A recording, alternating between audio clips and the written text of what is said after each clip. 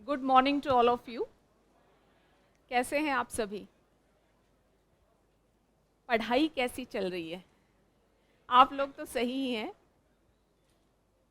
बहुत बढ़िया चल रही है।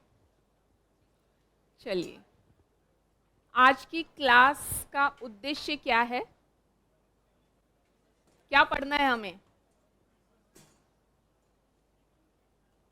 ये पीछे लिखा हुआ है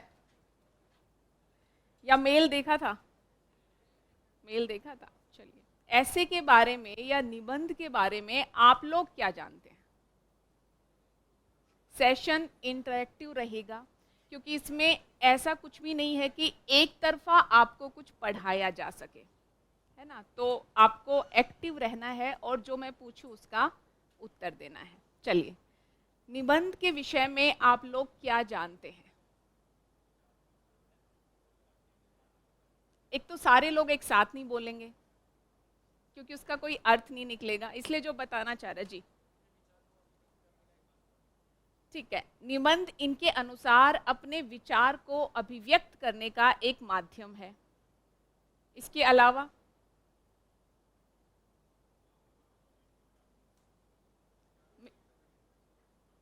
विचारों का एक संगठित ढांचा। ठीक है, विचार और संगठन, दो शब्द यहां से निकल कर आए। एक तो हमें पता चला कि विचारों की अभिव्यक्ति का माध्यम या विचारों की अभिव्यक्ति, और दूसरा जो संगठित हो। इसके अलावा जी, जिस पर कोई बंधन ना हो वो निबंध है। चलिए, ऐसा लगता है यूपीएससी ने कहा है कि 1000 से 1200 शब्दों में निबंध लिखना है। अगर बिना बंधन के 1500-1700 शब्द लिख दिए तो ठीक है। एक और हमें आयाम मिला कि जिस पर कोई बंधन ना हो। इसके अलावा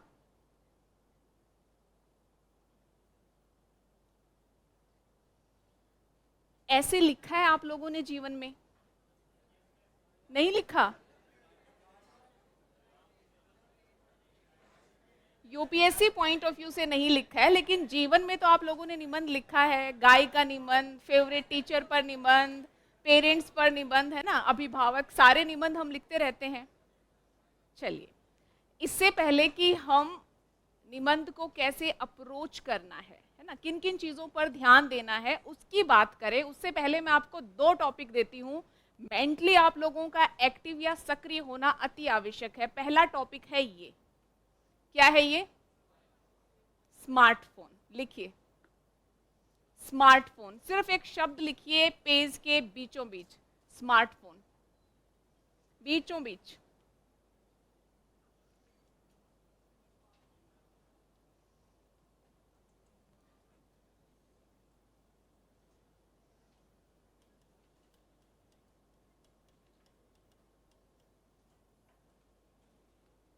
दूसरा शब्द लिखिए चेयर, कुर्सी। अब आप लोगों ने कहा कि विचारों की अभिव्यक्ति निबंध है, तो जब विचार आएंगे तभी हम उन विचारों को अभिव्यक्त कर पाएंगे। तो सबसे पहले इन दो शब्दों को देखकर, एक शब्द है स्मार्टफोन, दूसरा शब्द है कुर्सी, क्या कुछ आपके मस्तिष्क में आ रहा है? आपके पास 2 मिनट का समय है। जिसको जो शब्द पसंद है, जिसे स्मार्टफोन पसंद है वो स्मार्टफोन के बारे में ब्रेनस्टॉर्म कर सकते हैं, जिसे कुर्सी पसंद है वो कुर्सी के बारे में ब्रेनस्टॉर्म कर सकते हैं। 2 मिनट का टाइम है। इन दोनों टर्म्स को लेकर जो कुछ आपके दिमाग में आ रहा है वो आपके पेपर पर होना चाहिए। ठीक है, जो भी कुछ आप इनसे लिंक कर पा रहे हैं फटाफट कीजिए।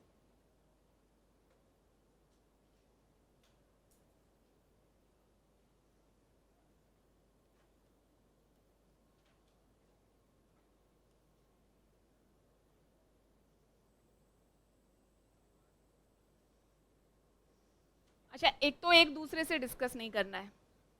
आपके विचार ओरिजिनली आपके ही होने चाहिए।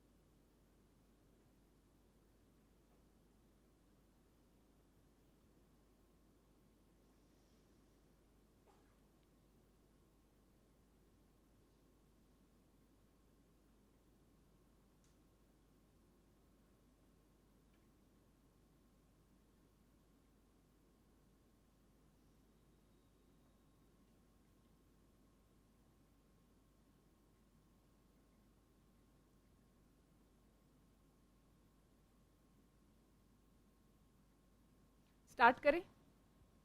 ब्रेनस्टॉर्मिंग हो गई। अच्छा, कितने लोगों ने कुर्सी पर लिखा है और कितने लोगों ने स्मार्टफोन पर लिखा है? कुर्सी वाले लोग पहले हाथ उठाएंगे। चेयर। बाकी सब लोगों ने किस पर लिखा है? स्मार्टफोन पर लिखा है। ऐसा क्यों? क्योंकि हमारा जीवन स्मार्टफोन के साथ ही व्यतीत हो रहा है। चलिए, अब ये ऑब्जर्वेशन भी आगे काम आएगी, बट अभी के लिए चलिए, आप लोगों ने अगर स्मार्टफोन को लेकर अधिक काम किया है तो बताइए, स्मार्टफोन को लेकर आपने क्या क्या सोचा?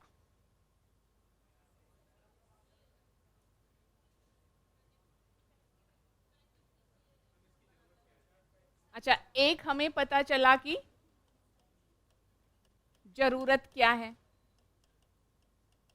ठीक है। इसके अलावा हाँ, कुछ भी सर्च कर सकते हैं, ओके। ज्ञान, जानकारी या जिज्ञासा को शांत किया जा सकता है स्मार्टफोन के माध्यम से। इसके अलावा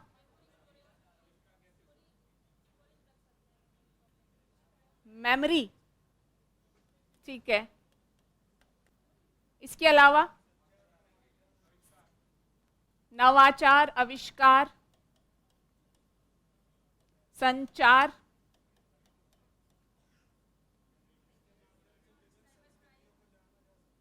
ठीक है। वो संचार, या हम ये भी कह सकते हैं कि लोगों को जोड़ने में सहायक है, वैश्वीकरण को प्रभावी बनाने में सहायक है। चलिए, इसके अलावा जनरेशंस, ठीक है। कम्युनिकेशन, ठीक है। टेलीमेडिसिन, टेली एजुकेशन, बहुत अच्छा। इसके अलावा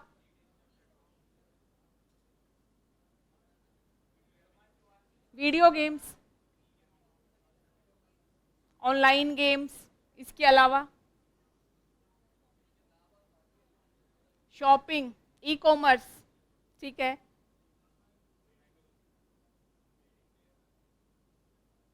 अच्छा, ठीक है। आपदा प्रबंधन, ठीक है। कैसे आपदा प्रबंधन होगा?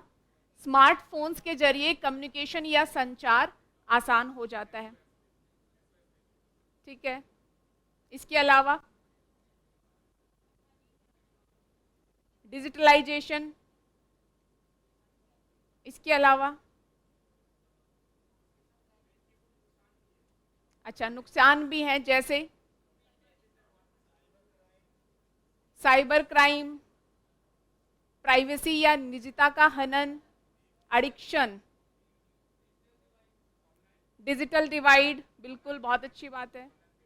हाँ, ऑनलाइन पेमेंट फ्रॉड या मनी फ्रॉड्स, डिजिटल डिवाइड बहुत अच्छा पॉइंट था। इसके अलावा मानसिक विकार, है ना, अत्यधिक इस्तेमाल से।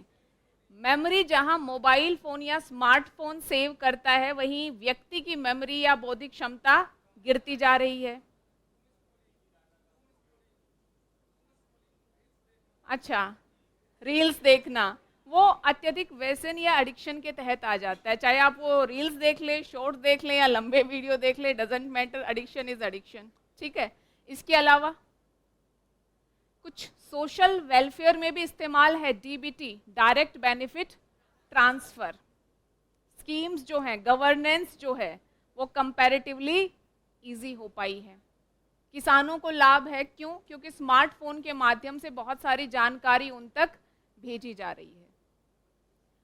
तो सिर्फ जो हम इस्तेमाल करते हैं वहीं तक सीमित नहीं रहना है, किसी भी टॉपिक को इन डिटेल आपको ब्रेनस्टॉर्म करना, और यही ब्रेनस्टॉर्म करना क्या कहलाता है कि आप अलग अलग तरह के विचार एक टॉपिक से कनेक्ट कर रहे हैं। अच्छा, सबसे पहला तो अगर आप इस टॉपिक को या स्मार्टफोन के बारे में लॉजिकली सोचोगे तो किसी भी चीज़ को कुछ भी क्यों कहा जाता है? स्मार्टफोन को स्मार्टफोन कहा ही क्यों जाता है? क्यों ये स्मार्ट है? हाँ, मल्टीपर्पज़, मल्टी फंक्शंस, बहुत सारी चीज़ें, आप सोशल मीडिया भी इससे लिंक कर सकते हो। मल्टीपल तरह के विचार या चीज़ें आप स्मार्टफोन से लिंक कर सकते हो। तो आज के समय में यूपीएससी जो टॉपिक्स पूछ रही है उनमें कुछ और नहीं करना, बल्कि उस टॉपिक से रिलेटेड जिस भी तरह के विचार आपके मन मस्तिष्क में आ रहे हैं उन्हें उस टॉपिक से लिंक कर देना है। लेकिन ये लिंक रैंडम नहीं होना चाहिए कि हम कभी भी जहां जो मन करे वो बात किए जा रहे हैं, उसमें एक लॉजिकल फ्लो होना चाहिए, निबंध हमारा संगठित होना चाहिए। इसलिए आज की जो हमारी पहली क्लास है वो थ्योरी आधारित रहेगी, कुछ चीज़ें हम प्रैक्टिकल भी करके देखेंगे, बट मेनली थ्योरी की अच्छा निबंध आखिर लिखा किस प्रकार से जाता है और वो कौन सी क्वालिटी है, कौन से गुण हैं जो अच्छे निबंध में होने चाहिए। दूसरा, कुर्सी पर किसने लिखा? चलिए, कुर्सी पर क्या लिखा? इतिहास। ठीक है, इतिहास कुर्सी से या चेयर से कैसे लिंक होता है? इतिहास में बड़ी बड़ी लड़ाइयां किसके लिए लड़ी गई हैं?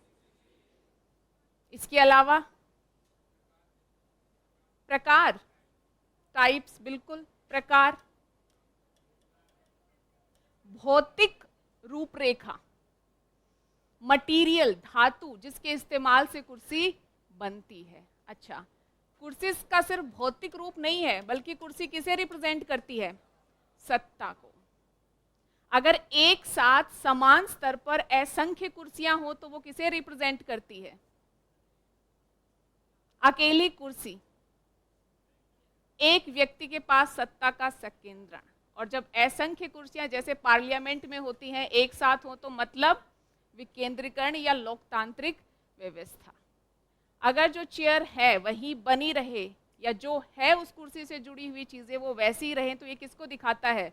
जड़त्व को दिखाता है। तो एक कुर्सी अलग अलग तरह के विचार लिंक हो रहे हैं, एक स्मार्टफोन अलग अलग तरह के विचार लिंक हो रहे हैं। तो ऐसे में हमें कुछ नहीं करना, यही ब्रेनस्टॉर्मिंग करनी है, लेकिन इसी काम को विचार पूर्वक ढंग से केयरफुली हमें करना है। ठीक है, तो चलिए, थोड़ा सा आइडिया मिला होगा कि आप लोगों ने एक डेफिनेशन दी थी कि हम विचारों को अभिव्यक्त करते हैं। तो पता चला कि हम विचारों को कैसे अभिव्यक्त करते हैं। पहले हम विचारों को लिंक करते हैं और लिंक करने के पश्चात हम विचारों को अभिव्यक्त करते हैं। अब हम आते हैं अपने सेशन पर।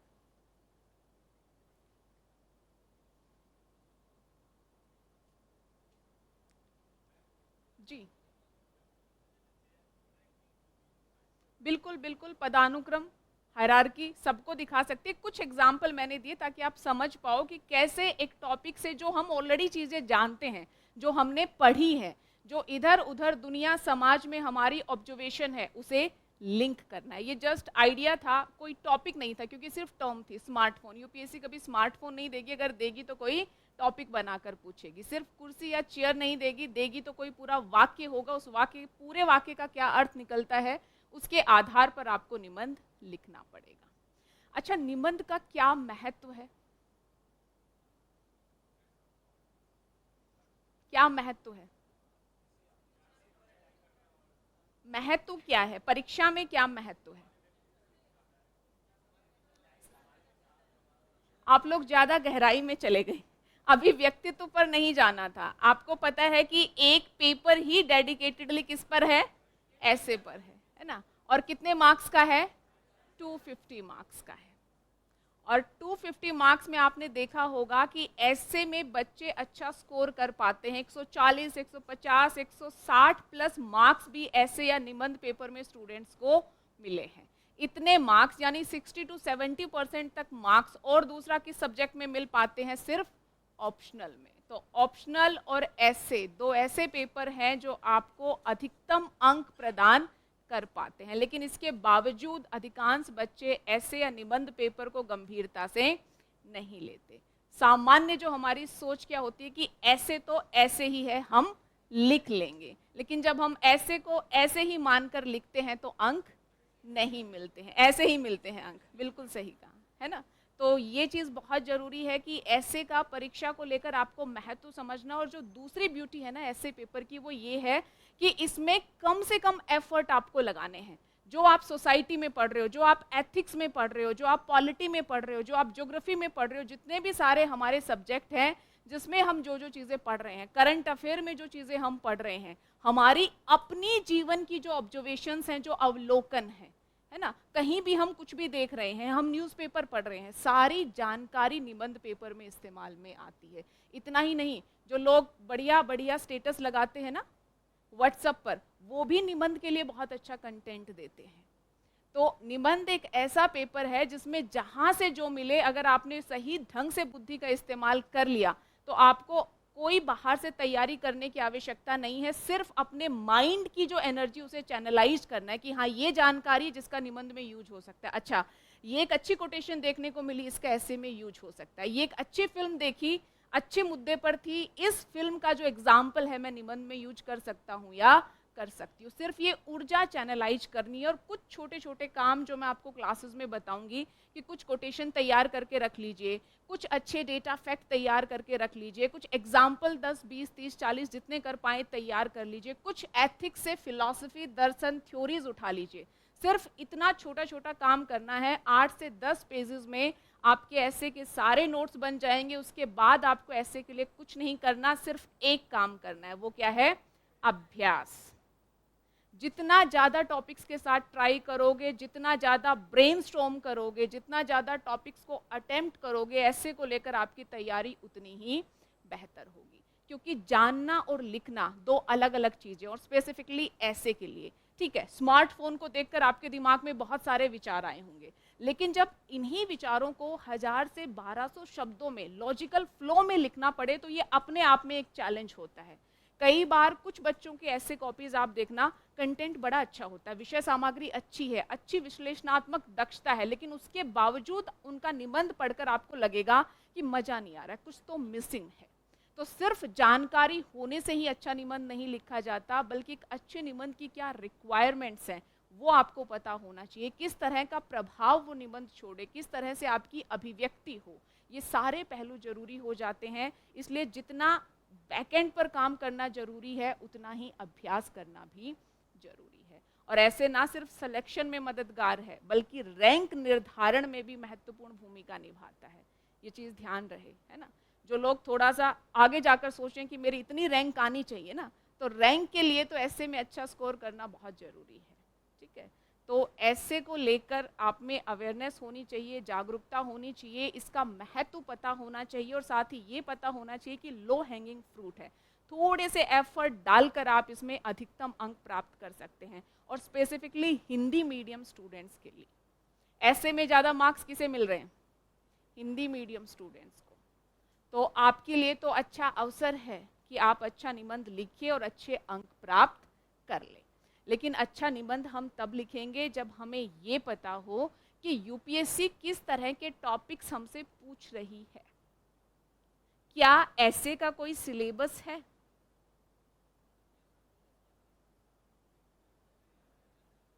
चलिए इसका उत्तर हम थोड़ी देर में देते हैं, लेकिन तब तक पहले आप पिछले वर्षों में किस तरह के टॉपिक्स यूपीएससी द्वारा पूछे गए हैं, 3 से 4 सालों के टॉपिक मैंने यहाँ शामिल किए हैं, बाकी इससे पहले के टॉपिक्स भी आपको घर जाकर देखने हैं। एक चीज़ मैं क्लियर करना चाहूँगी, इतने सारे टॉपिक्स हैं, सबको अभी हम डिटेल में डिस्कस नहीं कर सकते। हम कोशिश क्या करेंगे कि एटलीस्ट टॉपिक जो कंपैरेटिवली इजी हैं उनका अर्थ आपको पता हो, और आपको ये समझ आए कि किस तरह के टॉपिक यूपीएससी पूछ रही है, ताकि आपको पता हो कि अपनी ऊर्जा किस दिशा में आपको संचालित करनी है। तो चलिए सबसे पहले देखते हैं सबसे पहला टॉपिक, आत्मसंधान की प्रक्रिया अब तकनीकी रूप से बाह्य स्रोतों को सौंप दी गई है। The process of self discovery has now been technologically outsourced. इसका अर्थ क्या है? आत्मसंधान, सेल्फ डिस्कवरी। और जब हम सेल्फ डिस्कवरी की बात करते हैं तो इसका मतलब क्या है? स्वयं को जानना। टॉपिक क्या कह रहा है कि जो स्वयं को जानने की प्रक्रिया थी ना, ये भी हमने किसको सौंप दी है? टेक्नोलॉजिकली आउटसोर्स कर दी है, मतलब किसी और को सौंप दी है, और वो भी कौन है? तकनीक को अधिकांशतः सौंप दी है ना। अब अगर हमें ये जानना हो कि पर्सनैलिटी टेस्ट, व्यक्तित्व परीक्षण में कैसा व्यवहार करना चाहिए, तो लोग क्या करते हैं? सर्च इंजन की सहायता लेते हैं। एक इस तरह का द्वंद्व है, उसमें हमें क्या करना चाहिए? लोग इंटरनेट की सहायता लेते हैं। और अगर आप देखोगे कि सबसे ज़्यादा गूगल किए हुए जो क्वेश्चंस हैं वो क्या हैं, तो आपको हंसी आएगी ये देखकर कि अब जीवन में कुछ भी हो, व्यक्ति किसका सहारा ले रहा है? तकनीक का सहारा ले रहा है। सेंटेंस सही से फॉर्म नहीं कर पाते तो हम चैट जीपीटी, गूगल की सहायता लेते हैं, है ना। किसी भी मुद्दे को लेकर जो हमारा दृष्टिकोण है, हमारा ओपिनियन है, वो किसके द्वारा बन रहा है? तकनीक या प्रौद्योगिकी के द्वारा बन रहा है। हम आत्मसंधान तो कर ही नहीं रहे हैं, तो इसी बारे में ये टॉपिक बात कर रहा है। अब इसका विपरीत पहलू भी आप डाल सकते हैं, बट ये सिंपल एक स्टेटमेंट है कि आत्मसंधान की प्रक्रिया अब तकनीकी रूप से बाह्य स्रोतों को सौंप दी गई है। टॉपिक का अर्थ समझ में आया? ये चीज समझ में आ रही कि अर्थ तो साधारण ही है, बस जिस तरह की भाषा का इस्तेमाल किया गया है या जिस तरह के वाक्यांशों का इस्तेमाल किया गया है, वो टॉपिक को कंपैरेटिवली जटिल बना दे रहे हैं। आगे चलते हैं, दूसरा टॉपिक। आपकी मेरे बारे में धारणा आपकी सोच दर्शाती है, आपके प्रति मेरी प्रतिक्रिया मेरा संस्कार है। Your perception of me is a reflection of your, my reaction to you is an awareness of me. क्या समझ में आया जी? ओके, ठीक है,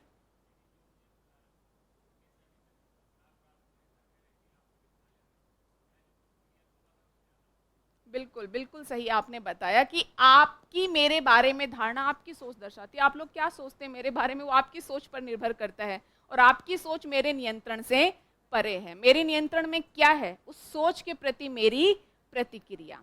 अगर मुझे पता है, आप चाहे मुझ पर कितना भी आरोप लगाएं, अगर मुझे पता है कि ये मेरे जीवन के मूल्य हैं और मैं इन मूल्यों का अनुसरण कर रही हूं, तो आपकी जो आलोचना है वो मुझे प्रभावित नहीं कर पाएगी। तो सिंपली यही है कि your perception of me is a reflection of you, my reaction to you is an awareness of मी।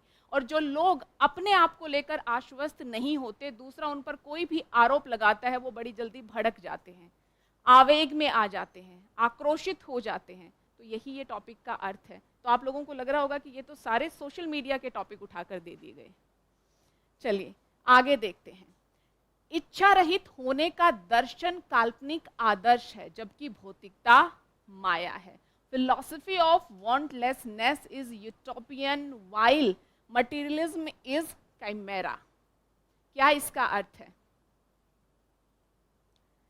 इच्छा रहित होने का दर्शन काल्पनिक आदर्श है। क्या हम जो व्यवहारिक मानव समाज है उसे कह सकते हैं कि सभी इच्छाओं से ऊपर उठ जाओ, घर संसार सब त्याग दो, किसी प्रकार की इच्छा नहीं होनी चाहिए? बिल्कुल ये आदर्श है। इस तरह के आदर्श हम बनाते हैं, लेकिन क्या व्यवहारिक जीवन में या आम व्यक्ति के लिए सब चीजें संभव हो पाती हैं? नहीं। तो ये टॉपिक कह रहा है कि इच्छा रहित होने का दर्शन काल्पनिक आदर्श है, कि ये तो एक काल्पनिक तरह का आदर्श है, इसे अटेन कर पाना, इसे प्राप्त कर पाना उतना आसान नहीं है। अच्छा, दूसरी तरफ जबकि भौतिकता माया है, और जो अत्यधिक हम मटेरियलिस्टिक होते जा रहे हैं, भौतिकवादी होते जा रहे हैं, ये भी पता होना चाहिए कि भौतिकता तो माया है, छलावा है, अस्थायी है ना।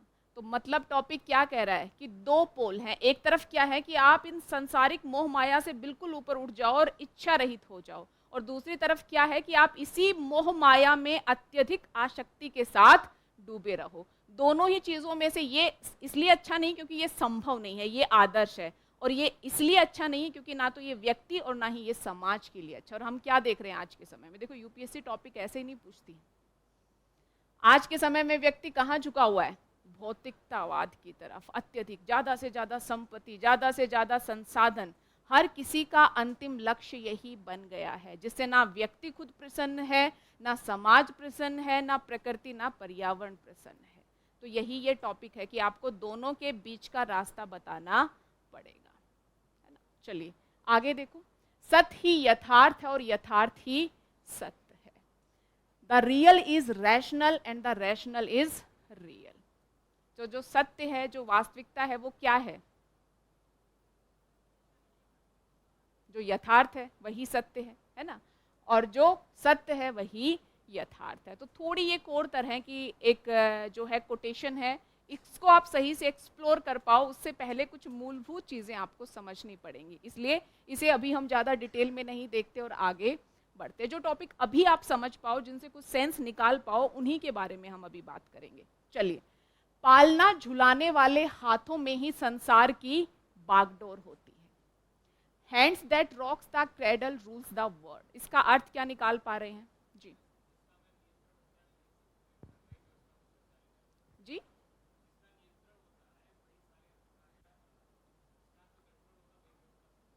अच्छा, एक हमें आइडिया मिला कि जिसके हाथ में नियंत्रण होगा वही व्यवस्था को संभालेगा। हाँ बिल्कुल, शिशुओं का पालन, ठीक है।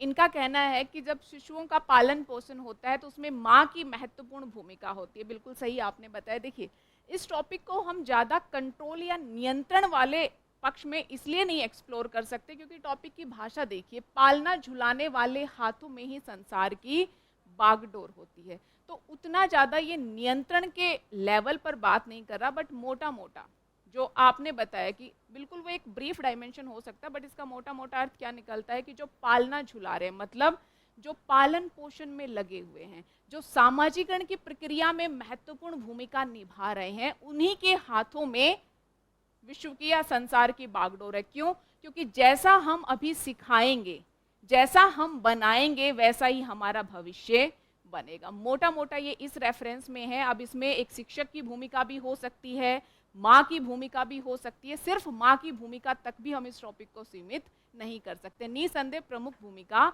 माँ की या परिवार के जो सदस्य हैं उनकी होती है। आप अर्थ समझ पा रहे हैं? चलिए आगे देखते हैं। शोध क्या है? ज्ञान के साथ एक अजनबी मुलाकात। What is research but a blind date with knowledge? Blind date का कंसेप्ट पता है क्या है? आप नहीं जानते कि किससे आपकी मुलाकात होने वाली है।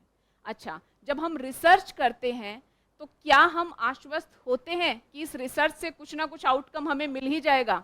नहीं। तो सिंपली यही कहा गया है कि शोध या रिसर्च क्या है? ज्ञान के साथ एक अजनबी मुलाकात। कभी कभी हम अपने लक्ष्य, जिस लक्ष्य के लिए जाते हैं, वो लक्ष्य प्राप्त भी हो जाता है और कई बार खोज कुछ और रहे होते और प्राप्त कुछ और हो जाता है। तो उसी तरह के एग्जाम्पल आपको यहाँ पर देने हैं। अच्छा, इतिहास स्वयं को दोहराता है, पहली बार एक त्रासदी के रूप में और दूसरी बार एक प्रहसन के रूप में। ये कंपैरेटिवली सिंपल टॉपिक है। इतिहास रिपीट करता है अपने आप को, है ना। पहली बार कुछ भी होता है तो वो क्या है? त्रासदी है, और अगर फिर भी हम उसे कंट्रोल नहीं कर पाए तो वो क्या है? एक प्रहसन है। ठीक है।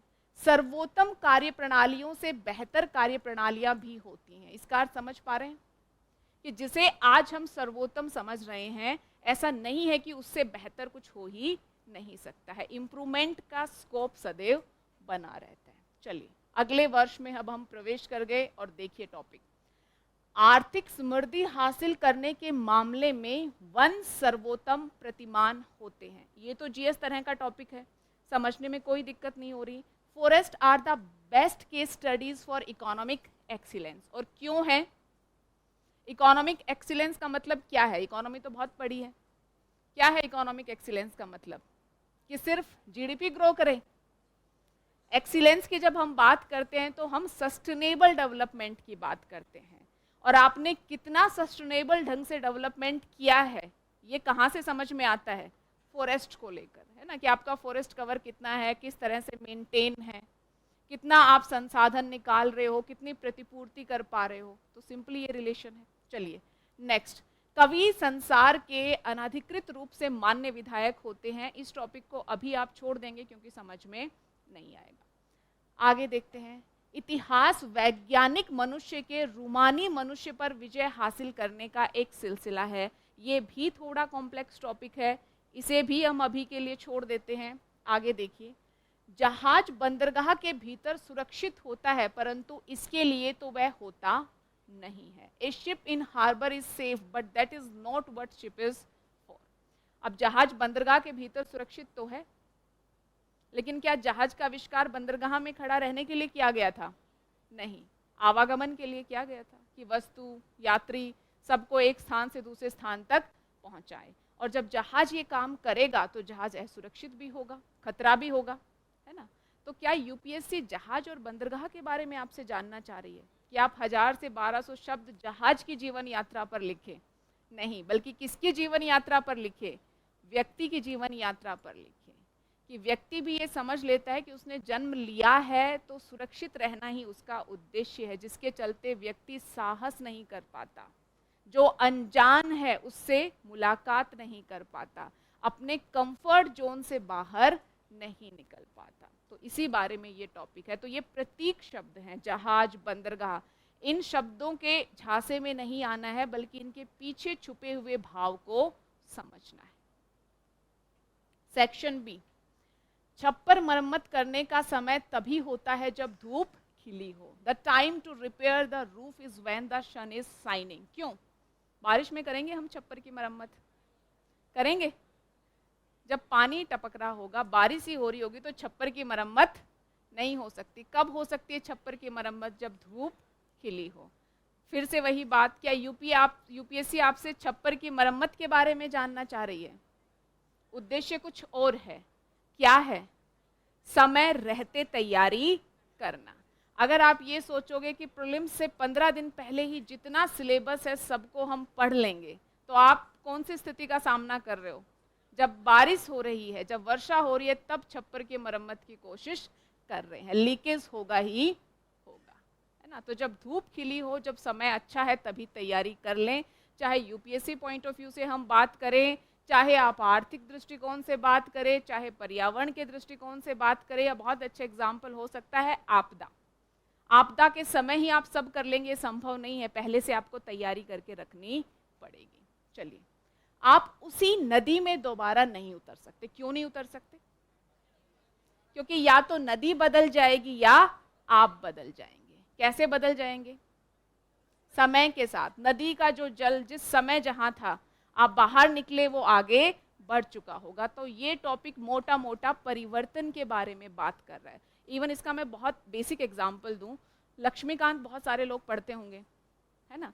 आप देखोगे उस पुस्तक को जब आपने पहली बार पढ़ा होगा तो कुछ चीज़ें समझ में आई होंगी, दूसरी बार पढ़ा होगा तो याद आएगा, अच्छा ये चीज़ें भी थी, ये तो पहली बार समझ में ही नहीं आई थी।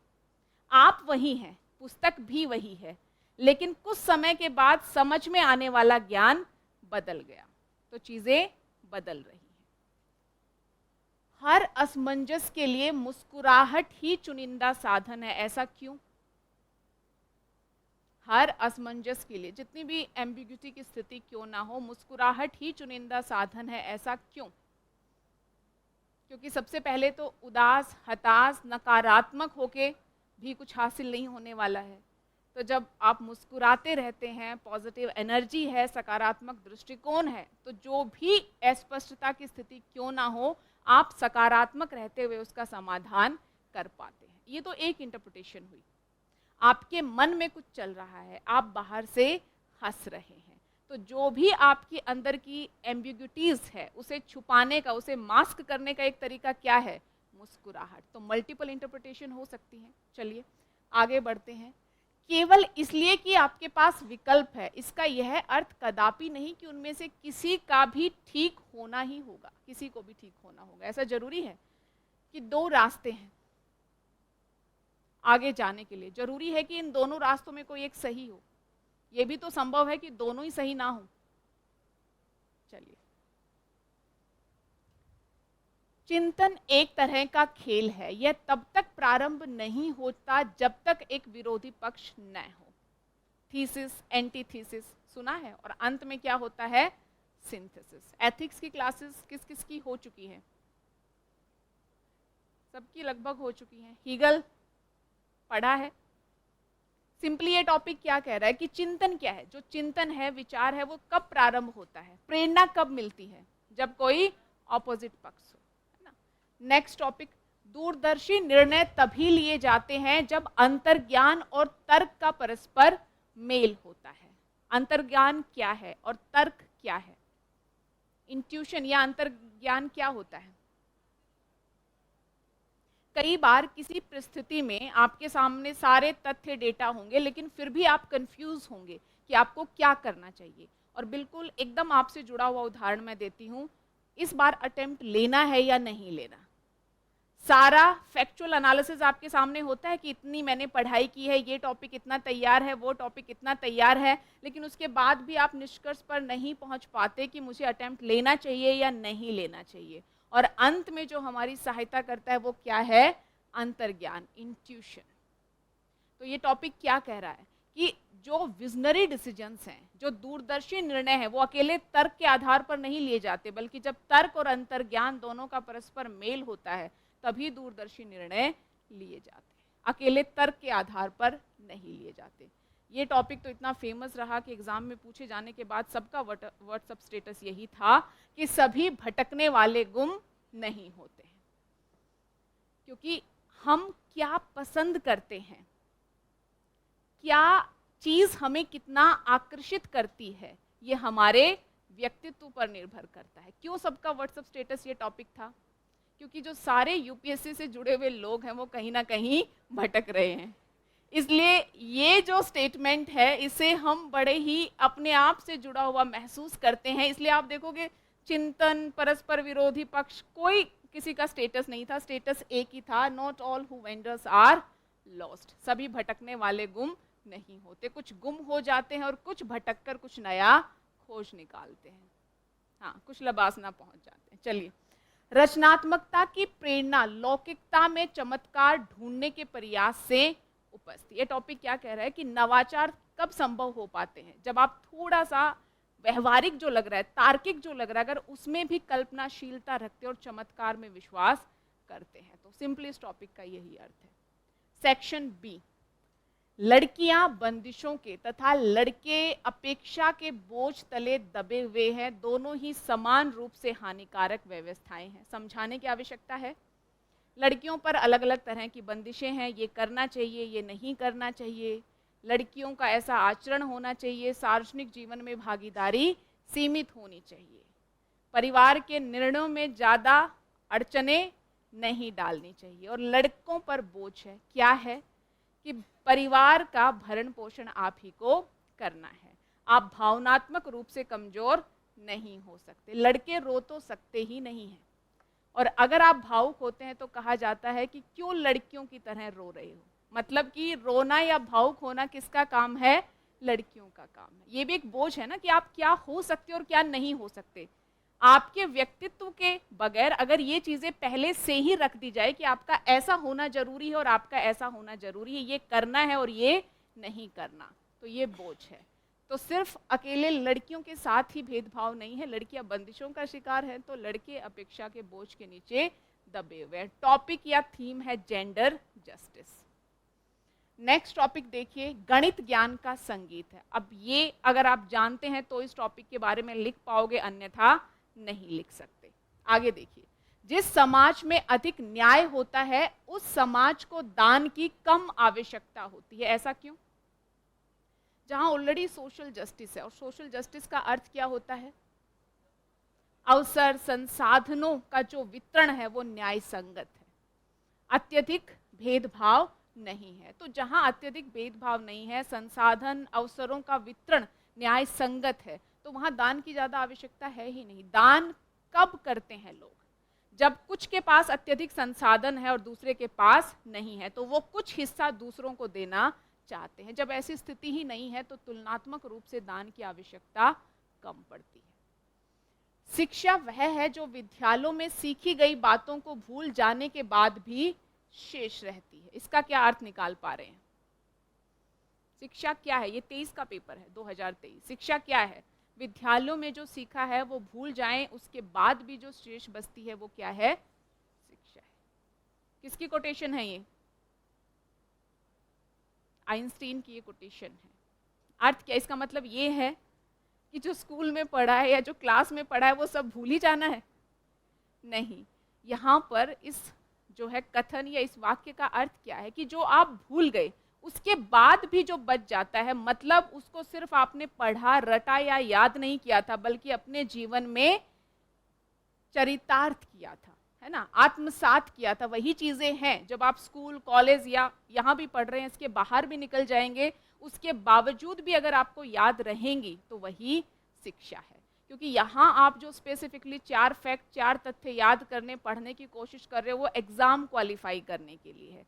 शिक्षा का उद्देश्य आपको कोई एग्जाम पास करवा दे ये नहीं है। शिक्षा का उद्देश्य है कि आपके चरित्र के विकास में सहायक हो, शिक्षा का उद्देश्य है कि आपके व्यक्तित्व के विकास में सहायक हो, और कौन सी शिक्षा या कौन सी बातें आपके व्यक्तित्व को बेहतर बना सकती हैं, जो आप भूल गए हैं उसके बाद भी आपको याद रहे, यानी जिसको आपने महत्वपूर्ण समझा है। तो ये इसका अर्थ है। अब एक अर्थ ये भी हो सकता है कि सिर्फ क्लासरूम एजुकेशन तक ही शिक्षा सीमित नहीं है, बल्कि शिक्षा तो उसके बियॉन्ड है। आप रास्ते में जा रहे हैं, आप ऑटो में बैठकर आए, आप मेट्रो में जा रहे हो, आप कार से जा रहे हो, पता नहीं कब आपको कौन सा जीवन का ज्ञान लेसन मिल जाए। तो शिक्षा सिर्फ स्कूल, क्लासेस, कोचिंग इंस्टीट्यूट कहीं तक सीमित नहीं है, बल्कि शिक्षा उसके परे है। तो क्या कॉमन ऑब्जर्वेशन है? अभी तक हमने 3 साल के पेपर देख लिए, जो लास्ट 3 साल के क्वेश्चन पेपर्स थे। क्या ऑब्जर्वेशन समझ में आई? एक तो अधिकांश टॉपिक क्या है, अमूर्त है। मूर्त जिसका रूप स्पष्ट में आए, स्पष्ट हो जाए ना, जैसे जीएस के टॉपिक हैं, सोसाइटी के टॉपिक हैं, ये क्या है, एक कथन दे दिया गया है। कथन अपने आप में स्पष्ट नहीं है, पहले आपको भाव निकालना पड़ेगा और उसके बाद आपको लिखना पड़ेगा। तो एक तो कॉमन ऑब्जर्वेशन है कि कंपैरेटिवली अब जो जीएस तरह के टॉपिक्स होते थे वो यूपीएससी कम पूछ रही है, अमूर्त तरह के टॉपिक्स ज्यादा पूछ रही है। पहली ऑब्जर्वेशन ये। दूसरी, सभी बिल्कुल ऐसे अच्छा तब बनेगा जब जितने भी विषय आप पढ़ रहे हो, जहां से जो पॉसिबल है, अगर वो डायमेंशन लिंक कर पाते हो, तब आपका निबंध बेहतर होगा। यानी मल्टी डिसिप्लिनरी अप्रोच आपको इस्तेमाल में लानी पड़ेगी। आपके कंटेंट में डाइवर्सिटी या विविधता होनी चाहिए। तीसरा, प्रतीक शब्दों का इस्तेमाल किया गया है, उन प्रतीक शब्दों के पीछे छुपे हुए भाव को आपको निकालना है। यूपीएससी जहाज, बंदरगाह, छप्पर, धूप, किसी के संदर्भ में आपसे कुछ नहीं जानना चाह रही, वो वास्तव में छुपा हुआ भाव क्या है वो आप समझें और उस भाव को समझकर उत्तर देने की कोशिश करें, ये आपसे उम्मीद कर रही है। प्लस जो अधिकांश कथन है मोटिवेशनल, सोशल व्यवस्था पर, या फिर जो है आप देखोगे अन्य भी तरह के जो कथन या स्टेटमेंट्स हैं, कहीं ना कहीं वर्तमान समय से जुड़ते हैं। वर्तमान समय में जो प्रवृत्तियां हैं उनसे आप उन टॉपिक्स को लिंक कर सकते हैं। तो यूपीएससी चाहती है कि जो आज के समय में समाज, देश, दुनिया में आप देख रहे हैं या पढ़ रहे हो, उन्हें आप लिंक कर पाए। साथ ही चयन की स्वतंत्रता भी है। पहला सेक्शन ए 4 टॉपिक, आपको एक टॉपिक सेलेक्ट करके लिखना है। सेक्शन बी 4 टॉपिक, एक टॉपिक सेलेक्ट करके आपको लिखना है। मतलब आपके पास चयन की स्वतंत्रता भी है। तो ध्यान रहे, इस स्वतंत्रता का बड़ा ही जिम्मेदारी पूर्ण ढंग से लाभ लेना है। यानी वो टॉपिक उठाएं जिसमें आप कंफर्टेबल हो, आपको लगे कि इस टॉपिक के साथ मैं जस्टिस कर सकता हूं या कर सकती हूं। एक और ऑब्जर्वेशन, सामान्यतः आज के समय में जो टॉपिक पूछे जाते हैं, जैसे आप लोगों ने भी बताया, अमूर्त तरह के विषय हैं। लेकिन क्या कुछ टॉपिक्स, अगर मैं पिछले 3 साल के टॉपिक्स की बात करूं, 4-5 टॉपिक हटा दो, उसके अलावा आपको लगा कि कुछ गूढ़ तरह के दार्शनिक विषय थे एक्चुअल में, टॉपिक सिंपल थे, आपको अर्थ निकालकर लिंक करने की आवश्यकता थी। तो एक जो डर भय बना रहता है कि अब तो यूपीएससी ने अलग तरह के टॉपिक पूछने शुरू कर दिए हैं, क्या हमें फिलॉसफी को अत्यधिक गहनता के साथ पढ़ने की आवश्यकता है या अलग से एक सब्जेक्ट पढ़ना पड़ेगा? तो उसकी कोई आवश्यकता नहीं है। स्मार्ट प्रिपरेशन के माध्यम से आप इन निबंध का अच्छा उत्तर लिख सकते हैं। और वो स्मार्ट प्रिपरेशन क्या होगी मैं बता दूंगी। क्लास में आपको मैं खुद से 30 या 40 के आसपास थ्योरी, दर्शन लिखवाऊंगी। आप देखोगे कहीं ना कहीं वो किसी भी टॉपिक में फिट हो जाएंगे। जैसे बहुत एक बेसिक से एग्जांपल मैं दूं, गांधी जी, साध्य और साधन, कौन नहीं जानता? अर्थ क्या है इसका? साध्य और साधन दोनों ही सही होने चाहिए। अब आप देखोगे ये कहां कहां नहीं इस्तेमाल हो सकता है। अब देखना, जीएस तरह के टॉपिक में भी ये थ्योरी इस्तेमाल हो सकती है। हमने क्या देखा था, इकोनॉमिक एक्सीलेंस का सबसे अच्छा सूचक क्या है? वनों की स्थिति। तो हम आर्थिक विकास के लक्ष्य को तो प्राप्त करना चाहते हैं, लेकिन हमारे साधन सही नहीं है। साधन क्या है कि हम प्रकृति, पर्यावरण या संसाधनों का विनाश कर रहे हैं, अत्यधिक दोहन कर रहे हैं। क्या यहाँ साधन और साध्य की पवित्रता संभव हो पा रही है?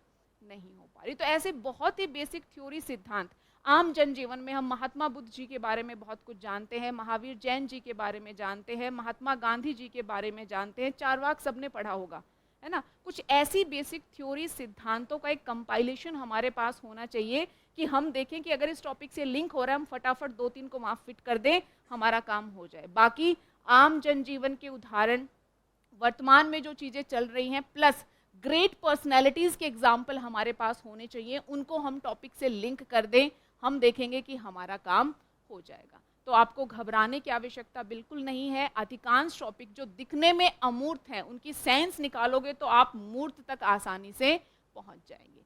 अब अगर आपको लगता है कि मैं कोर तरह के दार्शनिक विषय में सहज हूँ, तो आप बिल्कुल उस तरह का टॉपिक लिखिए। और अगर लग रहा है कि नहीं उतने सहज हैं, तो बहुत सारे टॉपिक हैं जो सिंपल हैं। एटलीस्ट 4 में से 3 टॉपिक ऐसे हैं जो अभी भी सिंपल हैं, जिनका अर्थ निकालकर आप अच्छा निबंध लिख सकते हैं।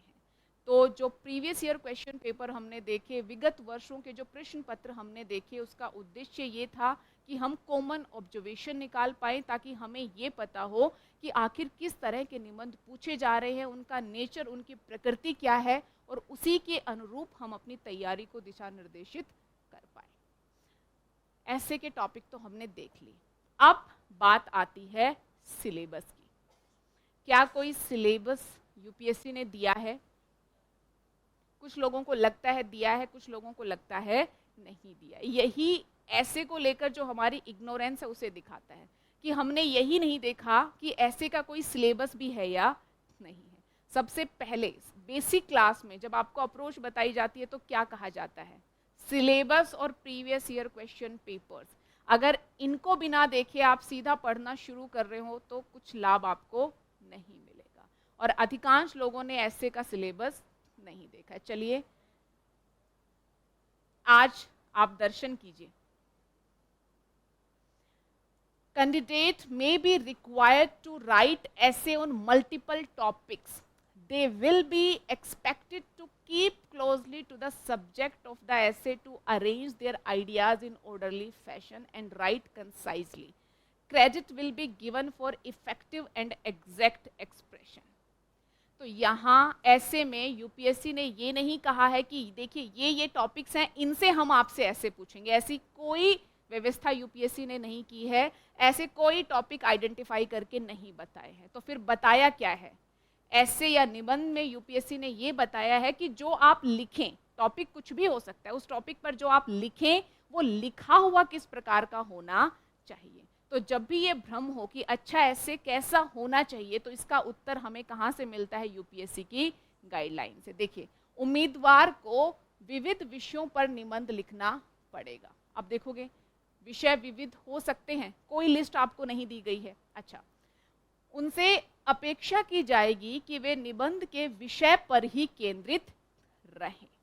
ये मोस्ट इंपॉर्टेंट इंस्ट्रक्शन है। ऐसे चूंकि 1000 से 1200 शब्दों में लिखना होता है, ये काफ़ी पॉसिबिलिटी बनती है कि हम भटक जाएंगे। तो सबसे पहले यूपीएससी ने यही कहा है कि भटकना नहीं है, जो पूछा गया है उसी पर केंद्रित होकर लिखने की कोशिश करनी है। अपने विचारों को सुनियोजित रूप से व्यक्त करें। दूसरा, एक तो टॉपिक पर आप केंद्रित रहेंगे, दूसरा जो भी आप लिखें वो सुनियोजित होना चाहिए। लाइक स्मार्टफोन ब्रेनस्टॉर्म आपने किया था, इधर से कुछ विचार आ रहे थे, उधर से कुछ विचार आ रहे थे, ठीक है, अलग अलग लोगों के विचार थे, अलग अलग तरह से आना संभव था। लेकिन अगर आप अकेले ही ब्रेनस्टॉर्म करो और उसके बाद जब अपना निबंध लिखो, तो ध्यान रहे आपके विचार सुनियोजित होने चाहिए। ये नहीं कि कभी किसी टॉपिक पर आर्थिक पक्ष की चर्चा कर दी, फिर कहाँ चले गए? पर्यावरण पर, फिर समाज पर, फिर से याद आया आर्थिक पक्ष में एक बिंदु तो रह गया, फिर से आर्थिक पर आ गए, फिर समाज पर। नहीं, आपको सुनियोजित ढंग से अपना ऐसे लिखना है। तो विषय पर केंद्रित रहना है, दूसरा सुनियोजित रूप से अपने विचार अभिव्यक्त करने हैं, साथ ही जो लिखें वो संक्षिप्त में लिखें। अब देखिए, हिंदी मीडियम स्टूडेंट्स के लिए एक लाभ था। लाभ क्या था? कि ऐसे में अच्छा स्कोर कर रहे हैं। लेकिन हिंदी मीडियम स्टूडेंट्स में ही किसी को बुरा नहीं मानना है, एक कमी भी होती है। वो क्या? कि हम आसपास की चीज़ें बहुत लिखते हैं, है ना। एक बात जो एक वाक्य में कही जा सकती है, उसके लिए हम 1000 वाक्य लिख सकते हैं। होती है ना ये, कि हम कॉम्पैक्ट नहीं लिखते, कंसाइज नहीं लिखते। तो ध्यान रहे उतना ही विवरण दें जितना जरूरी है, अर्थात संक्षिप्त में लिखने की आदत आपको डेवलप करनी पड़ेगी। साथ ही अगर आपकी अभिव्यक्ति प्रभावी और सटीक है तो आपको यूपीएससी इसके लिए रिवॉर्ड करेगी, अतिरिक्त अंक भी प्रदान करेगी। अब अभिव्यक्ति प्रभावी और सटीक होने का क्या अर्थ है? कि जो आप कहना चाह रहे हैं एग्जैक्टली वही आप कह रहे हैं, और जो कह रहे हैं उसे प्रभावी ढंग से कह रहे हैं ताकि सामने वाला भी उससे प्रभावित हो पाए। अगर ये सारे गुण आपके निबंध में है तो ये यूपीएससी के अनुसार एक अच्छा निबंध होगा। तो ये सब आपको करना है, कुछ ज़्यादा नहीं करना। 5-6 टर्म है, बिल्कुल आपकी फिंगर टिप्स पे होनी चाहिए।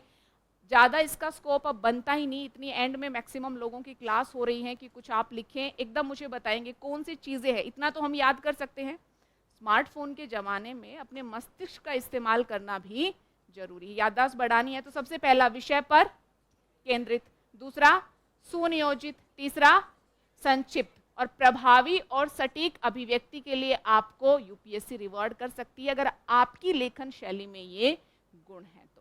तो सिंपली यूपीएससी आपसे ये उम्मीद करती है। अब इन्हीं उम्मीदों को हम थोड़ा सा डिटेल में समझेंगे, लेकिन उससे पहले आपका मेंटली एक्टिव होना जरूरी है। तो एक टॉपिक लिखिए, लिखिए एक टॉपिक, शिक्षा जीवन हेतु, शिक्षा जीवन हेतु तैयारी मात्र नहीं, शिक्षा जीवन हेतु, शिक्षा जीवन हेतु तैयारी मात्र नहीं अपितु शिक्षा स्वयं जीवन है।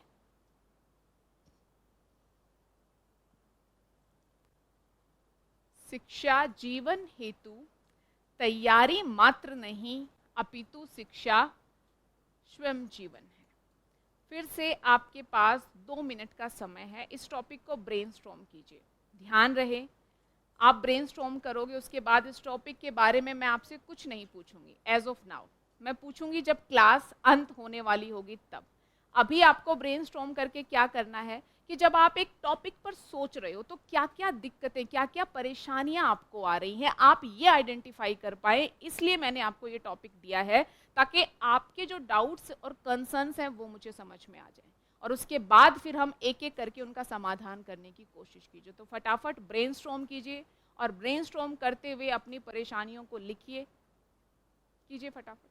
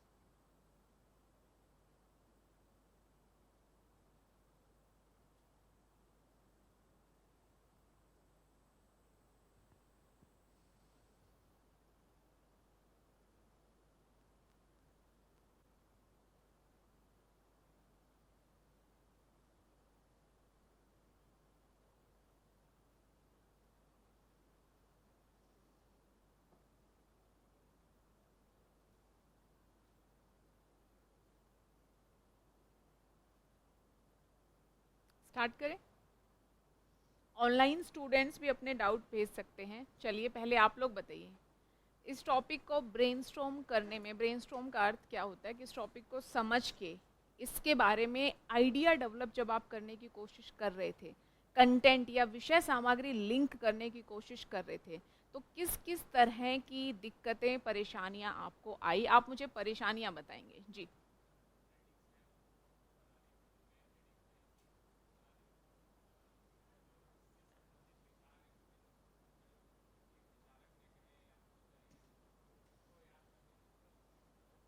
ओके, एक तो विचार या विषय सामग्री लिंक करने में दिक्कत आ रही है, यही है ना? और दूसरा, देखिए आपने हेडिंग की बात की, तो सबसे पहला तो प्रश्न यही बनता है कि क्या ऐसे में हम हेडिंग इत्यादि का इस्तेमाल करते हैं? तो प्रस्तुतिकरण जो है वो, और साथ ही अगर आपका हेडिंग का अर्थ पहलू था, तो ऐसे में किस प्रकार के पहलुओं को शामिल करने की अनुमति होती है, कैसे हम वो पहलू आइडेंटिफाई करें? इसके अलावा परिचय, ठीक है, निबंध की परिचय, भूमिका किस प्रकार से लिखें, किस तरह से शुरुआत करें, ये प्रमुख कंसर्न रहता है।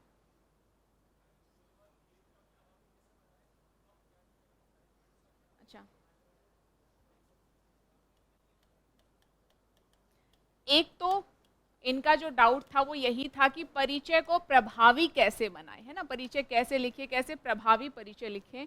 और दूसरा, जो अलग अलग प्रकार के विचार हमारे मन मस्तिष्क में आ रहे हैं, उन्हें संगठित कैसे करें। इसके अलावा व्याकरण या भाषा, ठीक है।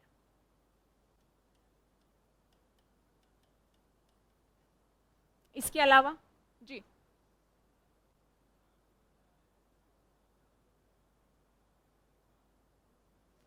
पीछे से लोग उनकी आवाज आगे तक पहुंचाएंगे।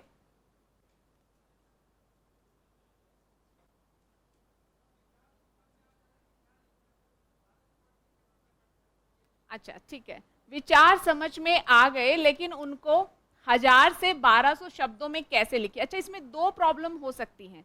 एक तो ये हो सकता है कि हमारे पास विचार ज्यादा हैं, तो वर्ड लिमिट से परे हम जा रहे हैं। दूसरा ये हो सकता है कि हमारे पास कुछ विचार तो हैं, कुछ डायमेंशन तो हैं, लेकिन उसके आधार पर हम 1000 से 1200 शब्दों का निबंध नहीं लिख सकते। तो जिस भी तरह की प्रॉब्लम है, हम दोनों की बात कर लेंगे, ओवर राइटिंग और आपके पास कंटेंट नहीं है, दोनों के संदर्भ में। इसके अलावा हेडिंग बनाते समय, ओके ओके ओके, विषय सामग्री को किस प्रकार से लिखें, कौन सी अप्रोच होनी चाहिए? अलग अलग अप्रोच होती हैं, आयाम आधारित अप्रोच होती है, हितधारक, थोड़ी देर बाद बताऊंगी किस तरीके का इस्तेमाल आखिर हमें करना चाहिए। ठीक है जी, क्या? हाँ, कोटेशन का इस्तेमाल करें, बिल्कुल। कोट का इस्तेमाल करें, किस प्रकार करें, कहाँ करें, और करें इस हेतु याद कैसे करें? जी, बिल्कुल बिल्कुल। देखिए, अमूर्त विषय है, पहली बात तो अभी ब्रीफली, आगे क्लास में हम स्पेसिफिकली इस बात पर डिटेल में डिस्कस भी करेंगे। अभी के लिए मैं बता देती हूँ, यूपीएससी आपको ये नहीं कहता कि आपको अमूर्त विषय को अमूर्त ही रखना है। उद्देश्य यही है कि अमूर्त का अर्थ आप निकालें और उसे मूर्त में कन्वर्ट करने की कोशिश करें। नहीं नहीं, बिल्कुल नहीं लिखना आपको। अमूर्त में अमूर्त आइडिया प्लस मूर्त आइडिया, दोनों चीजें आपको इस्तेमाल में करनी है, लानी है, बिल्कुल बिल्कुल। तो एक स्पेसिफिक डाउट मैं यहाँ पर लिख सकती हूँ कि जो अमूर्त तरह के विषय हैं उनको हम कैसे डील करेंगे, ये स्पेसिफिकली एक क्लास में हम इस बारे में बात करेंगे जी। ओके, रिपोर्ट, फैक्ट और करंट अफेयर का किस ढंग से इस्तेमाल करें?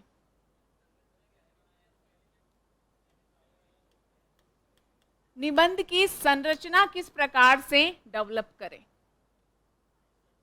निष्कर्ष कैसा होना चाहिए या नहीं होना चाहिए? आएंगे, शायरी जिसको ज्यादा याद आ रही है उन पर भी आएंगे जी। डायमेंशन का क्रम, आयाम और उनका क्रम, इसका भी उत्तर मिलेगा।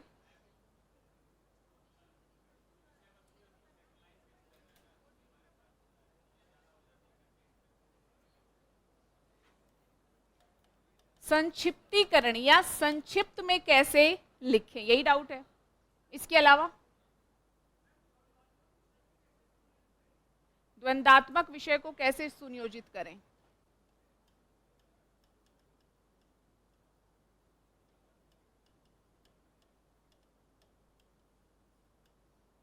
इसके अलावा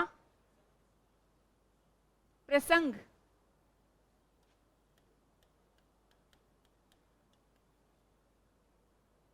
कुछ और,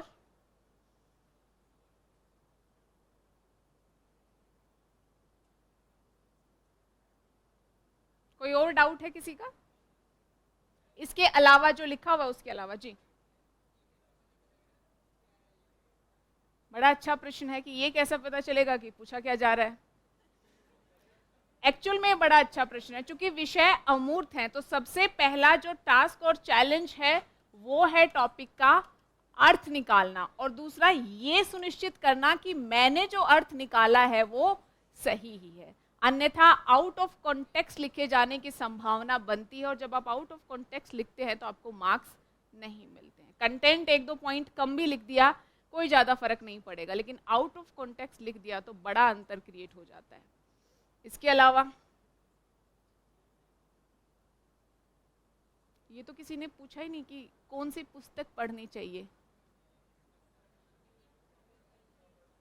टॉपिक्स देखकर आपको लगा कि कोई पुस्तक पढ़ी जा सकती है, या कोई पुस्तक इन एसेज को समेट सकती है? कौन समेट सकता है? आर्ट ऑफ एसे राइटिंग, जो आपको डेवलप करनी पड़ेगी। क्या कुछ पहले से हमारे पास ऐसे को लेकर नोट्स होने चाहिए?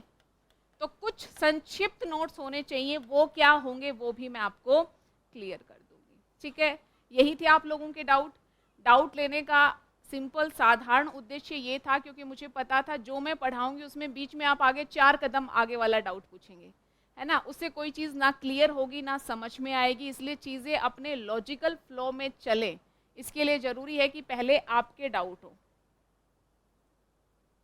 ठीक है, चलिए अब हम एक एक मुद्दे पर बात करेंगे। हमने प्रीवियस ईयर क्वेश्चन पेपर देख लिए, हमने सिलेबस भी देख लिया। अब बिना स्क्रीन को देखे आप लोग मुझे बताएंगे कि यूपीएससी ने सिलेबस में क्या कहा है, कैसा होना चाहिए। ऐसे विविध विषयों पर पूछा जा सकता है, मतलब कोई डिफाइन सब्जेक्ट मैटर नहीं है। होना कैसा चाहिए? विषय पर केंद्रित होना चाहिए, सुनियोजित होना चाहिए, संक्षिप्त होना चाहिए, सटीक और प्रभावी अभिव्यक्ति होनी चाहिए। इन सब पहलुओं पर हम डिटेल में बात करें उससे पहले जो जरूरी है वो ये जानना है कि आखिर निबंध होता क्या है। ध्यान रहे, यहाँ पर हम स्कॉलरली एसेज की बात नहीं कर रहे, उनका लिखने का तरीका दृष्टिकोण बिल्कुल अलग होता है। यहाँ पर हम स्पेसिफिकली बात कर रहे हैं यूपीएससी पॉइंट ऑफ व्यू से एक ऐसे और निबंध क्या होता है, क्या आप लोगों की समझ कहती है। अब तो आपने टॉपिक भी देख लिए हैं, क्या है ऐसे, क्या है ऐसे। इस पे नहीं देखना, ये सही नहीं लिखा हुआ है, ये कुछ ऐसे मेरा गलत लिखने का मन किया तो लिख दिया था। अब आप लोग बताएंगे कि ऐसे क्या है।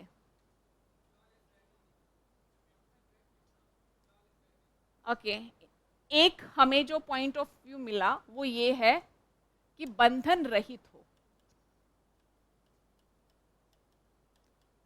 हम बाद में देखेंगे कि इनमें से कौन सा व्यू सही है कौन सा नहीं, बट अभी के लिए आप बताइए कि क्या समझ में आया यूपीएससी पॉइंट ऑफ व्यू से। मेरा क्वेश्चन क्लियर है, यूपीएससी पॉइंट ऑफ व्यू से आपको क्या लगता है ऐसे क्या है?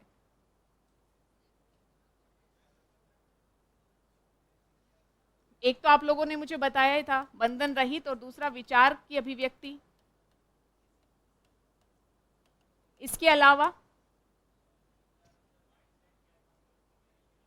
माइंडसेट, बहुत अच्छा। दृष्टिकोण, दृष्टिकोण काफी महत्वपूर्ण भूमिका निभा रहा है, आप किसी भी चीज को लेकर क्या सोचते हैं। इसके अलावा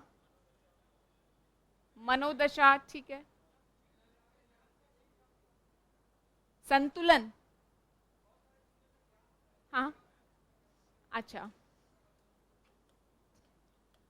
बहुआयामी दृष्टिकोण, यही कहना चाह रहे हैं ना कि बहुत सारे विषयों का ज्ञान है, उनको एक साथ कंसाइज वे में लिख पाना, तो बहुआयामी दृष्टिकोण।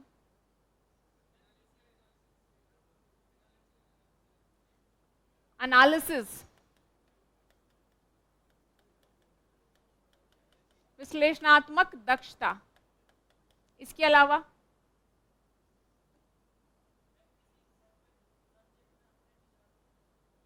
अच्छा, विचार अभिव्यक्ति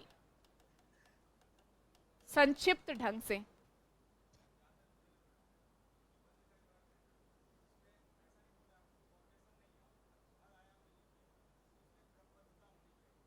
ओके, बंधन रहित कुछ बंधनों के साथ,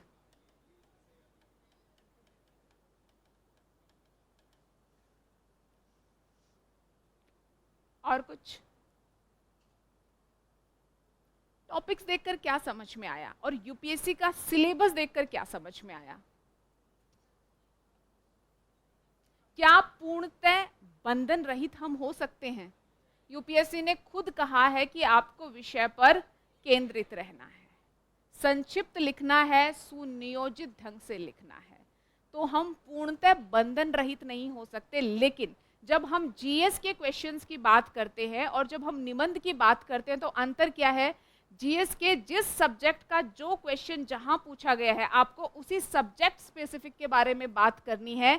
ऐसे में आप मल्टी डिसिप्लिनरी अप्रोच का इस्तेमाल कर सकते हो। एक ही थीम को, एक ही टॉपिक को आप मल्टीपल सब्जेक्ट मैटर से कनेक्ट कर सकते हो, जोड़ सकते हो। तो ये लिबर्टी आपको निबंध देता है, लेकिन इसका मतलब ये नहीं है कि यूपीएससी पॉइंट ऑफ व्यू से मैं बता रही हूँ कि पूर्णतः बंधन रहित है। पूर्णतः बंधन रहित नहीं है, कुछ बंधन है, कुछ नियम है जिनका अनुपालन आपको करना पड़ेगा। आपको टू द पॉइंट लिखना है, विषय पर केंद्रित होकर लिखना है, सुनियोजित संक्षिप्त ढंग से अपने निबंध को पूरा करना है। और होता क्या है निबंध में, ये जिसने भी बताया, अधिकांश लोगों ने बताया, बिल्कुल आपके विचारों की अभिव्यक्ति है। और किस संदर्भ में विचारों की अभिव्यक्ति है? जो टॉपिक पूछा जा रहा है उसके संदर्भ में आपके विचारों की अभिव्यक्ति है। और आपकी इस विचारों की अभिव्यक्ति से हमें क्या पता चलता है कि आपका दृष्टिकोण क्या है?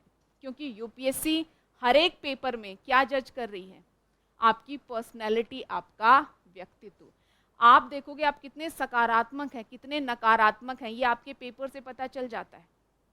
अगर आप बहुत ज़्यादा किसी बारे में कुछ पूछा गया, नकारात्मक नकारात्मक एग्जाम्पल दिए जा रहे हैं, तो क्या समझ में आता है कि आपका जो दृष्टिकोण है वो थोड़ा सा नकारात्मक है। स्मार्टफोन और कुर्सी में से स्मार्टफोन का चयन आपने किया, ये भी आपके दृष्टिकोण को दिखाता है कि स्मार्टफोन में हम अपना कितना समय इन्वेस्ट कर रहे हैं, कि जब टॉपिक भी मिलता है तो स्मार्टफोन, और वो भी इतने भारी बहुमत के साथ स्मार्टफोन जीता है, तो ये तो पूरी मानव जाति के ही दृष्टिकोण को दिखा रहा है ना। तो आपका जो दृष्टिकोण है वो बहुत जरूरी है। महिलाओं का मंदिर प्रवेश, अगर ऐसा कोई टॉपिक है, आप किस चीज का चयन करते हैं? प्रवेश मिलना चाहिए या नहीं मिलना चाहिए? आपकी रीजनिंग क्या है, आर्ग्यूमेंट क्या है, आपका निर्णय क्या है? किसको दिखाता है कि आपका दृष्टिकोण क्या है? बिल्कुल, अगर संभव है तो नेगेटिव और पॉजिटिव दोनों लिखेंगे। बाकी ये सारी चीजें टॉपिक पर निर्भर करेंगी कि टॉपिक क्या है और आपने किस तरह के टॉपिक का चयन किया है। जो आगे हम टॉपिक डिस्कस करेंगे तो हम देखेंगे। तो दो तीन मोटा मोटा बातें समझ में आई कि एक बंधी हुई रचना है, कुछ आज़ादी है लेकिन कुछ बंधन है जिनका हमें अनुसरण करना पड़ेगा, और उनका अनुसरण करते हुए प्रभावी ढंग से अपने विचारों को अभिव्यक्त करना है। और ध्यान रहे, जब हम अपने विचारों को अभिव्यक्त करें तो हमारा जो दृष्टिकोण एग्जामिनर तक पहुंचे वो भी सही पहुंचना चाहिए। चाहे मेरे अंदर जितने भी जेंडर बायस है, मुझे लगता है कि महिलाओं को मंदिर प्रवेश नहीं मिलना चाहिए, महिलाओं को निर्णय लेने का अधिकार भी नहीं मिलना चाहिए, लेकिन ये आप लिख कर नहीं आ सकते। वैसे तो विचार भी ऐसे नहीं होने चाहिए, लेकिन लिखना तो बिल्कुल नहीं है। कारण क्या है? क्योंकि आपके पास गाइडिंग फैक्टर कौन है? हमारा संविधान या कॉन्स्टिट्यूशन, और वो क्या कहता है? समानता होनी चाहिए, है ना। तो आपका दृष्टिकोण काफी अहम भूमिका निभाता है, और एक नहीं, असंख्य स्थानों पर कुछ टॉपिक्स में तो आपको पता ही नहीं चलेगा कि आपका दृष्टिकोण कितनी महत्वपूर्ण भूमिका निभा गया। ये महिला पुरुष के बारे में था, हम अवेयर रहते हैं। एक टॉपिक में और बोलती हूँ, पहले उसे प्रोसेस करना फिर मुझे बताना। परंपरागत नैतिकता आधुनिक जीवन की मार्गदर्शक नहीं हो सकती। लिखिए टॉपिक, परंपरागत नैतिकता, परंपरागत नैतिकता आधुनिक जीवन की मार्गदर्शक नहीं हो सकती है। Customary morality can not be a guide to modern life. परंपरागत नैतिकता आधुनिक जीवन की मार्गदर्शक नहीं हो सकती है। साधारण सा टॉपिक समझ में आ रहा है? आपको लग रहा है कि इसमें भी आपका दृष्टिकोण अहम भूमिका निभा सकता है ना? एग्जामिनर को बताएगा कि किस तरह के व्यक्तित्व या पर्सनैलिटी आप हैं। जरा सोचिए, हमने टॉपिक देखा और बिल्कुल हम इसके पक्ष में झुक गए, जो कथन कह रहा है कि परंपरागत नैतिकता जो है, जो चीज़ें परंपरागत तौर पर चली आ रही हैं, जो हमारी नैतिकता का हिस्सा है, ये टॉपिक कह रहा है कि वो आधुनिक जीवन की मार्गदर्शक नहीं हो सकती। और आपको लग भी रहा है कि परंपरागत व्यवस्था महिला शिक्षा के बारे में कुछ और कह रही है, लैंगिक भूमिका के बारे में कुछ और कह रही है, जाति व्यवस्था, धर्म, अर्थव्यवस्था की जो स्थिति, हर एक बारे में तो कुछ अलग कह रही है। और आधुनिक जीवन तो बिल्कुल बदल गया है। किसकी बात करते हैं हम आधुनिक जीवन में? स्वतंत्रता, समानता, बंधुत्व, तार्किकता, वैज्ञानिक दृष्टिकोण, खुलापन, यही तो सारे मूल्य हैं जो आधुनिक जीवन को संचालित कर रहे हैं। तो बहुत सारी ऐसी चीजें हैं जो परंपरागत नैतिकता में हैं, लेकिन उनका टकराव हो रहा है आधुनिक जीवन से। इसीलिए तो हम कहते हैं कि हमारा समाज संक्रमण की अवस्था का समाज है। कुछ लोग देखोगे समाज में प्रेम विवाह के भरपूर समर्थक हैं और कुछ लोग इसके खिलाफ हैं। तो क्यों? क्योंकि हम ट्रांजिशन फेज में हैं। कुछ लोगों के विचारों पर परंपरागत दृष्टिकोण का प्रभाव है, तो कुछ लोगों के विचारों पर आधुनिक जीवन के जो मूल्य हैं उनका प्रभाव है। और तभी तो ये टक्कर है, तभी तो ये टकराव है। तो ठीक है, हमने लिख दिया कथन के पक्ष में, लेकिन जरा सोचिए कि आप सिर्फ कथन के पक्ष में ही लिखते हैं। कुछ चीजें, बिल्कुल कुछ चीजें ऐसी भी तो हो सकती हैं जो परंपरागत नैतिकता का हिस्सा है, लेकिन आज के जीवन के लिए भी वो अच्छी हो सकती है। ऐसा थोड़ी ना जो परंपरागत है वो सब खराब हो, ये जरूरी है। बहुत सारी चीजें अच्छी है ना। तो बिल्कुल आप वो दूसरा डायमेंशन भी क्लियर करेंगे। क्या क्या अच्छा हो सकता है? जैसे परिवार, साथ रहना, सामुदायिकता का भाव, सिर्फ अपने ही लाभ पर ध्यान ना देना, है ना, प्रकृति पूजा का कंसेप्ट। बहुत सारे हमारे तीज त्योहार अवसर ऐसे आते हैं जो कहीं ना कहीं कुछ अच्छी चीजें दिखाते हैं। आधुनिक जीवन में शहरीकरण हो गया, उपभोक्तावाद हो गया, व्यक्ति अकेला हो गया है, ईर्ष्या द्वेष का भाव है, अलगाव है, मानसिक तनाव है, विकार हैं। तो बहुत सारी चीजें परंपरागत जीवन से भी तो हम अच्छी ले सकते हैं, जो आधुनिक जीवन के लिए मार्गदर्शक हो सकती है। तो जरा सोचिए कि ये टॉपिक ऐसा नहीं था कि जो देखते ही आपको हिट करे कि हाँ इस टॉपिक में कुछ ऐसा है जो आपका नजरिया दिखा सकता है। सामान्यतः क्या होता है, सिंपल टॉपिक है, कथन कह रहा है, वही लेकर हम लिखना शुरू करेंगे और उसी के आधार पर कंक्लूजन दे देंगे। एग्जामिनर जब पढ़ेगा तो उसके मन मस्तिष्क में क्या जाएगा कि बच्चे ने दूसरी पॉसिबिलिटी के बारे में तो सोचा ही नहीं, उस पर विचार किया ही नहीं। तो कहीं ना कहीं बच्चे में ये बायस है कि जो परंपरागत है वो नकारात्मक है। कुछ चीजें नकारात्मक हो सकती हैं, कुछ चीजें सकारात्मक हो सकती हैं। ये खुलापन स्वीकार करने का आप में होना चाहिए, इसलिए आपका दृष्टिकोण अहम भूमिका निभाता है। जी,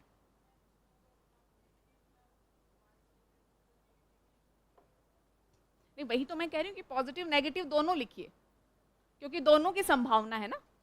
जो संभावना है वो दोनों तरह की बातें कीजिए। आप ये बताइए कि कहाँ परंपरागत नैतिकता आधुनिक जीवन के मूल्यों से टकरा रही है, और प्लस कहाँ परंपरागत नैतिकता और आधुनिक जीवन के मूल्य दोनों मिल जाएंगे तो एक बेहतर संगम बनेगा जो मानव के व्यक्तित्व के लिए और संपूर्ण मानव जाति और समाज के लिए अच्छा है। यही आपको करना है, ठीक है। तो समझ पाए कि निबंध क्या है, एक बंधी हुई रचना, लेकिन एक ऐसी बंधी हुई रचना जो किसी विषय तक केंद्रित नहीं रहेगी, बल्कि हमारी अप्रोच बहुआयामी रहेगी। और बंधी हुई क्यों है? क्योंकि उसी टॉपिक पर हमें लिखना है, ज़्यादा बाहर या आउट ऑफ कॉन्टेक्स्ट लिखने की संभावना नहीं है, और साथ ही सुनियोजित, संगठित और संक्षिप्त होना चाहिए। और आपका जो दृष्टिकोण है वो यहाँ पर काफ़ी महत्वपूर्ण भूमिका निभा रहा है। तो अब समझ पाए कि यूपीएससी पॉइंट ऑफ व्यू से जब हम ऐसे की बात करते हैं तो पहला विचारों की अभिव्यक्ति, लेकिन कुछ बंधन और कुछ खुलापन, दोनों के साथ विचारों की अभिव्यक्ति, और साथ ही उस अभिव्यक्ति में आपका दृष्टिकोण अहम भूमिका निभाता है, क्योंकि आपका दृष्टिकोण ही है जो आपके व्यक्तित्व को एग्जामिनर के सामने रखेगा। सिंपल है। चलिए,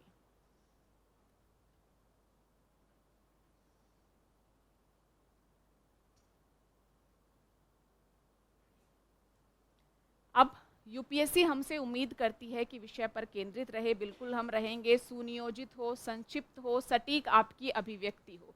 लेकिन जब इन्हीं सारे पहलुओं को हम डिटेल में एक्सप्लोर करते हैं तो कुछ चीज़ें हमारे सामने आती हैं, कुछ गुण जो अच्छे निबंध में होने चाहिए। और इसी क्रम में सबसे पहले आता है ज्ञान या जानकारी का स्तर। क्यों सबसे पहले है? आपको एक सीट मिलती है एग्जाम में लिखने के लिए, उस सीट को जरा खाली छोड़ कर आइए। जब ज्ञान जानकारी होगी तभी तो आप निबंध लिखेंगे। जो लिखेंगे उसी से तो आपका दृष्टिकोण पता चलेगा। आपके पास ज्ञान जानकारी ही नहीं है, अगर आप किसी विषय का अर्थ ही नहीं निकाल पा रहे, उसे डिफरेंट सब्जेक्ट से, विषय सामग्री से आप लिंक नहीं कर पा रहे, तो एग्जामिनर जो भी आपके बारे में पता करना चाहता है वो कैसे पता चलेगा? नहीं पता चलेगा। तो सबसे पहले और सबसे इम्पॉर्टेंट तो क्या है? विषय सामग्री, जानकारी या कंटेंट ही है, जिसके माध्यम से या जिसका इस्तेमाल करते हुए आप अपने विचारों को अभिव्यक्त करते हो। लेकिन ऐसे और जीएस के पेपर में इस विषय सामग्री में एक अंतर है। अंतर क्या है? जब हम जीएस पॉइंट ऑफ व्यू से विषय सामग्री की बात करते हैं तो हम अपने आप को किताबों या पुस्तकों या करंट अफेयर तक ही सीमित करते हैं। लेकिन जब ऐसे पॉइंट ऑफ व्यू से मैं जानकारी और ज्ञान की बात कर रही हूँ तो ये काफ़ी विस्तृत है। इसमें आप एकेडमिक्स में जो पढ़ते हैं, आपने जीएस पेपर में पढ़ा, आपने रिपोर्ट पढ़ी, बजट सर्वे पढ़ा, जिस भी तरह की जानकारी है वो तो इस्तेमाल में आएगी ही आएगी। इसके अलावा जो नॉन एकेडमिक, गैर शैक्षणिक तरह की इन्फॉर्मेशन है वो भी महत्वपूर्ण भूमिका निभाती है, जिसमें क्या क्या हो सकता है? आपके अपने जीवन के अनुभव, है ना, आपने मूवीज़ देखी, आपने लिटरेचर या बहुत सारी पुस्तकें पढ़ी हैं, वो हो सकती हैं। आप न्यूज़पेपर पढ़ रहे हो, अपने आसपास चीज़ें देख रहे हो, वो हो सकती है। कुछ भी हो सकता है। आप जरा सोचिए, आप कभी ट्रेन में यात्रा कर रहे हैं, एक वाकया, एक वहाँ पर कोई एक घटना घटित होती, हो सकता है वो घटना आपके ऐसे के लिए एक अच्छा एग्जाम्पल बन जाए। आप ऑटो से ही वहाँ से यहाँ तक आए, आपने कुछ भी देखा, है ना, वो भी हो सकता है कि आपके ऐसे के पॉइंट ऑफ व्यू से कंटेंट बन जाए। आपने कोई वीडियो देखा सोशल मीडिया पर, आज के समय में बहुत सारे वीडियोस आ रहे हैं, है ना, महिला जागरूकता, लैंगिक भूमिकाओं को लेकर बहुत सारे वीडियो आ रहे हैं, पर्यावरण को लेकर बहुत सारे वीडियो आ रहे हैं। आपने देखा, उसी का जो चित्रण अपने निबंध में कर दिया, आपके निबंध के लिए वो कंटेंट का काम कर गया। जैसे एक एग्जाम्पल मैं देती हूँ, कुछ समय पहले मैंने एक एडवर्टाइजमेंट देखा। एडवर्टाइजमेंट या एक वीडियो कुछ इस प्रकार का था कि रेस हो रही होती है। रेस में स्कूल के काफ़ी सारे छोटे छोटे बच्चे भाग लेते हैं और उनके माता पिता उनका हौसला बढ़ाने के लिए उनके पीछे खड़े रहते हैं। बच्चे रेस में दौड़ रहे हैं, एक लड़का है जिसका पिता काफ़ी उत्साहित था, ज़ोर ज़ोर से बच्चे का नाम लेकर उसे प्रोत्साहित, मोटिवेट करने की कोशिश करता है, और वो बच्चा रेस में सेकंड स्थान पर आता है। अपने पिता से जब वो आके मिलता है तो पिता नाराज़ नहीं होता, उसका हौसला जो है तब भी बनाए रखने की कोशिश करता है, उसे मोटिवेट करता है, लेकिन कहता है कि सिर्फ एक बात का दुख है कि तुम एक लड़की से हार गए, क्योंकि जो फर्स्ट पोजीशन पे थी वो कौन थी? एक लड़की थी। तो एक एडवर्टाइजमेंट था। आपके ऐसे में ये अच्छी